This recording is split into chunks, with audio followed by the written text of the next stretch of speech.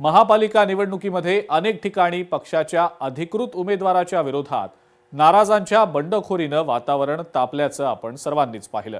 अनेक ठिकाणी भाजप आणि शिवसेनेमध्ये बेबनाव असल्यानं अखेरच्या क्षणी नेत्यांच्या बैठकांचं जागा वाटपाच्या संदर्भातलं सत्र सुरू होतं आणि त्यामुळे अनेक इच्छुकांनी अर्ज देखील भरले होते। पक्षातल्या बंडखोरांना शांत करून त्यांची मनधरणी करणं हे एक मोठं शिवधनुष्यरूपी आव्हान भाजपसमोर शेवटच्या क्षणापर्यंत होतं आणि याच अनुषंगानं भाजपमधल्या नाराजांशी संवाद साधण्याच्या दृष्टीनं स्वतः मुख्यमंत्री देवेंद्र फडणवीसांनी पुढाकार घेतला। भाजपच्या मित्रपक्षांमधूनही झालेली बंडखोरी शमवण्यासाठी मुख्यमंत्र्यांनी त्यांची रणनीती वापरली। अर्ज मागे घेण्याच्या शेवटच्या क्षणापर्यंत मुख्यमंत्र्यांचे शिलेदार नाराजांशी संवाद साधत होते। अर्ज मागे घेण्याची मुदत संपल्यावर बहुतांश ठिकाणी मुख्यमंत्री देवेंद्र फडणवीस यांचं ऑपरेशन मनधरणी हे यशस्वी झालेलं होतं।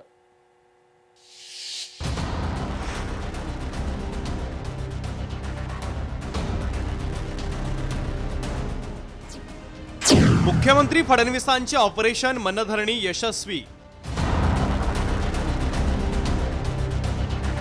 बंडखोरी शमवण्यासाठी फडणवीसांची रणनीती।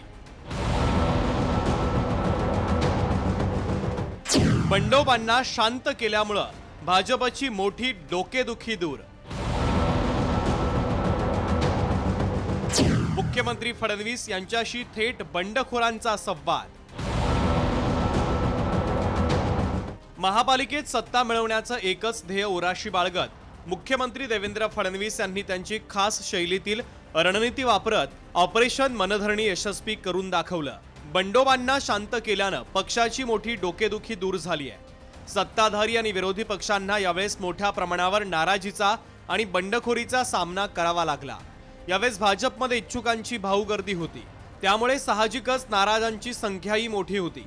मुख्यमंत्री देवेंद्र फडणवीस यांनी महत्त्वाच्या महापालिकांमधील नाराज पदाधिकाऱ्यांची समजूत काढण्याची जबाबदारी संबंधित जिल्ह्यातील नेत्यांवर सोपवलेली होती। मुंबईत आशिष शेलार, प्रवीण दरेकर, अमित साटम यांनी नाराज असलेल्या इच्छुकांच्या व्यक्तिशः भेटी घेतल्या आणि बंडखोरांचा थेट मुख्यमंत्री फडणवीस यांच्याशी संवाद करून दिला। जे मुंबईत घडलं तेच अन्य ठिकाणी करण्यात आलं। मुख्यमंत्र्यांनी त्यांच्या राजकीय चाणक्य नीतीचा वापर करत बंडोबांना शांत करण्यासाठी सर्व संसदीय आयुधांचा वापर केला। परिणामी अनेक ठिकाणच्या बंडोबांना शांत करण्यात भारतीय जनता पक्षाला मोठं यश आलंय। पण आज आपण पाहिलं असेल, मी सारखा मोबाईलवर बोलत होतो, त्याबद्दल आपली माफी याकरता मागतो की आज महानगरपालिकेच्या निवडणुकीचा फॉर्म परत घेण्याचा शेवटचा दिवस आहे आणि सगळीकडे सगळ्या पक्षांमध्ये इतकी बंडखोरी आहे की त्या सगळ्यांची मनधरणी केल्याशिवाय ते फॉर्म परत घेत नाहीत। त्यामुळे तुम्ही या ठिकाणी सगळे लोक भाषण करत असताना मधून जे मी बोलत होतो त्या कार्यकर्त्यांना विनंती करत होतो, अरे बाबा फॉर्म परत घे।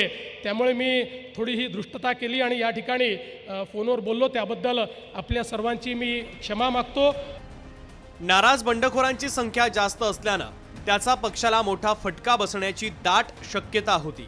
त्यावेळेस छत्रपती संभाजीनगर, नागपूर, नाशिकमध्ये नाराजांचे हाय व्होल्टेज ड्रामे पाहायला मिळाले। पक्षातील नाराजी चव्हाट्यावर आल्यानं पक्षाच्या प्रतिमेचा प्रश्नही राज्याच्या नेतृत्वासमोर आवासून उभा होता। त्यामुळे यावर निर्णायक उपाय करताना राजकीय निगोशिएशन करण्याचं अवघड आव्हान पक्षाच्या समोर उभं ठाकलं। यासाठी मुख्यमंत्री देवेंद्र फडणवीस यांनी त्या जिल्ह्यातील जिल्हाप्रमुखांना आणि आपल्या महत्त्वाच्या शिलेदारांना ऑपरेशन मनधरणीचे प्रमुख दूत बनवले। मुख्यमंत्र्यांच्या या प्रमुख शिलेदारांनी ठिकठिकाणच्या नाराजांची प्रत्यक्ष भेट घेऊन मुख्यमंत्री फडणवीस यांची भूमिका आणि त्यांचं आश्वासन समजावून सांगितलं। त्यानंतर या सर्वांचा थेट मुख्यमंत्र्यांशी संवाद करून दिला। मुख्यमंत्री फडणवीस यांनी हाती घेतलेल्या ऑपरेशन मनधरणीचं फलित असं की भाजपचे ठिकठिकाणचे बहुतांश उमेदवार आता सेफ झोनमध्ये आलेले आहेत। ब्युरो रिपोर्ट, लोकशाही मराठी, मुंबई। लोकशाही मराठी, ऐका, पहा, जागरूक रहा।